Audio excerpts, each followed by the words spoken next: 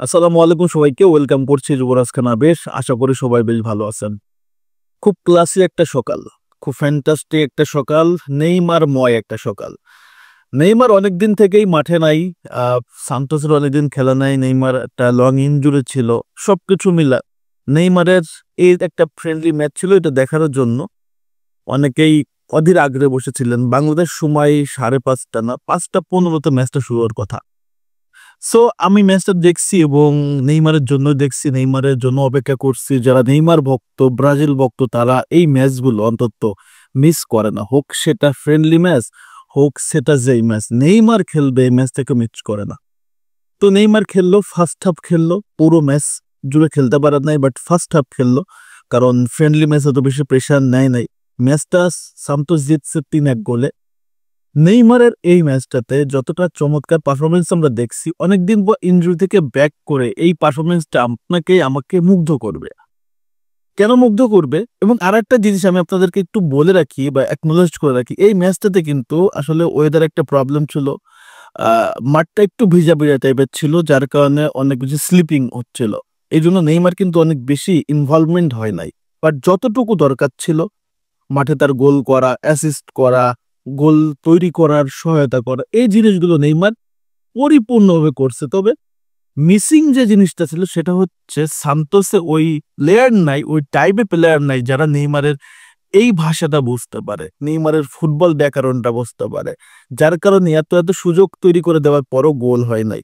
যদি নেইমারের এই যে চান্সেস ক্রিয়েট করা গুলো ডিবক্সের ভেতরে, ডিবক্সের আদার সাইডে যে বলগুলো সে মেক করে দিছে, এই মেকিং যদি ব্রাজিল ন্যাশনাল টিমে হয়ে করতো, বা যখন সে বার্সেলোনা বা পিএসজি তে ছিল তখন করতো, বা আল হিলালে থাকে করলেও এইখান থেকে অন্তত 2 থেকে 3টা গোল ইজিলি আসতো, যেটা নেইমারের পাশে অ্যাসিস্ট হতো।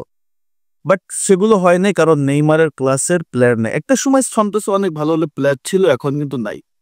নেইমার জুনিয়র পুরোটা জুড়ে মাঠের ভেতরে যে তার যে অ্যাবিলিটি সেটা শো করছে। এখন আপনারা হয়তোবা ফুল মাঠে দেখছেন যে অনেক বেশি ড্রিবলিং করতেছে না, বেশি জটলাবিত যাচ্ছে না ভাই।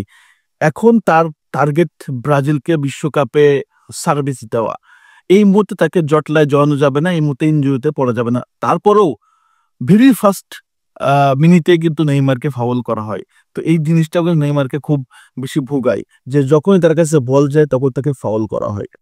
সো এই জিনিসটাও কিন্তু নেইমারকে মাথায় রাখতে হবে, কারণ বিশ্বকাপে যা দেওয়ার দিবে। বিশ্বকাপে যদি নেইমার জুনিয়র ভেঙে চুরে ছিঁড়ে যায় কোনো সমস্যা নেই, বাট সেই পর্যন্ত তাকে সুস্থ রাখতে হবে।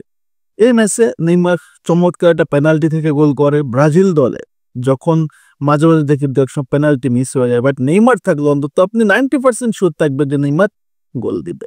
কি দুর্দান্ত শট, কি দুর্দান্ত গোল দেয় পেনাল্টি থেকে। গোলকিপার চেয়েছে দেখে ছাড়া কোনো কিছু করার থাকে না। তারপরে একটা অ্যাসিস্ট করলো, সে গোল দিল। প্রতিপক্ষের সে একটা অ্যাসিস্ট করলো, তার প্লেয়ার গোল দিল।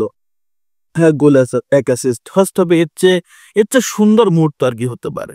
তো আমরা এটুকু চাই যে নেইমার জুনিয়র সুস্থ থাকুক, এবং নেইমার জুনিয়রের যে ট্যালেন্ট হয়, নেইমার জুনিয়রের মতো এত বিশ্বই ট্যালেন্ট খুব একটা ফুটবলে আসে না। তবে সবচেয়ে বড় হতভাগা নেইমার, যে ইনজুরি নামক এই বাধাটা তাকে বারবারই আঁকড়ে ধরছে। তা না হলে আরো ভালো অনেক চমৎকার ক্যারিয়ার হতে পারতো। তো নেইমার জুনিয়র এই পারফরমেন্সটা অবভিয়াসলি কার্লো আনচেলত্তি থেকেও মুগ্ধ করবে। নেক্সট কলাবে তো অবভিয়াসলি নেইমার জুনিয়র থাকতেছে, এবং নেইমার জুনিয়র যখন ব্রাজিল দলে ইনভলভ হবে তখন চিন্তা করেন তো বিষয়টা কতটা চমৎকার হবে। কার্লোর কথা হবে, নেইমার জুনিয়র তুমি শুধু মাঠে খেলো, তুমি শুধু চান্সেস গুলো ক্রিয়েট করে দাও, মধুর ক্রিয়েট গুলো করে দাও। বাকি কাজ আমাদের আক্রমণ ভাগে জোয়াও পেদ্রো থাকুক, অথবা ভিনি থাকুক, রাফিনা থাকুক, অথবা ম্যাথুস কোনা থাকুক, তারাই কিন্তু কাজ সেরে দেবে।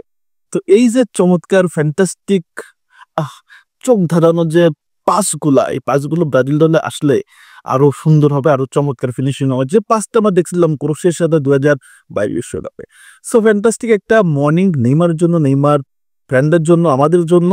আশা করবো নেইমার জুনিয়র নেক্সট ম্যাচগুলো ভালো খেলবে। নেক্সট ম্যাচ ফ্লামেঙ্গোর সাথে সুস্থ থাকুক নেইমার, এটা হচ্ছে আমাদের প্রত্যাশা। সকাল সকাল যারা ম্যাচটা দেখতে পারো নাই তাদের জন্য একটু খারাপ লাগার বিষয়। তাদের জন্য তো আমি কথাগুলো বললাম, বা নেইমারকে নিয়ে কথা বললাম। যারা দেখছো তাদের কাছে তো চমৎকার লাগছে নেইমার জুনিয়রের এই ম্যাচটা।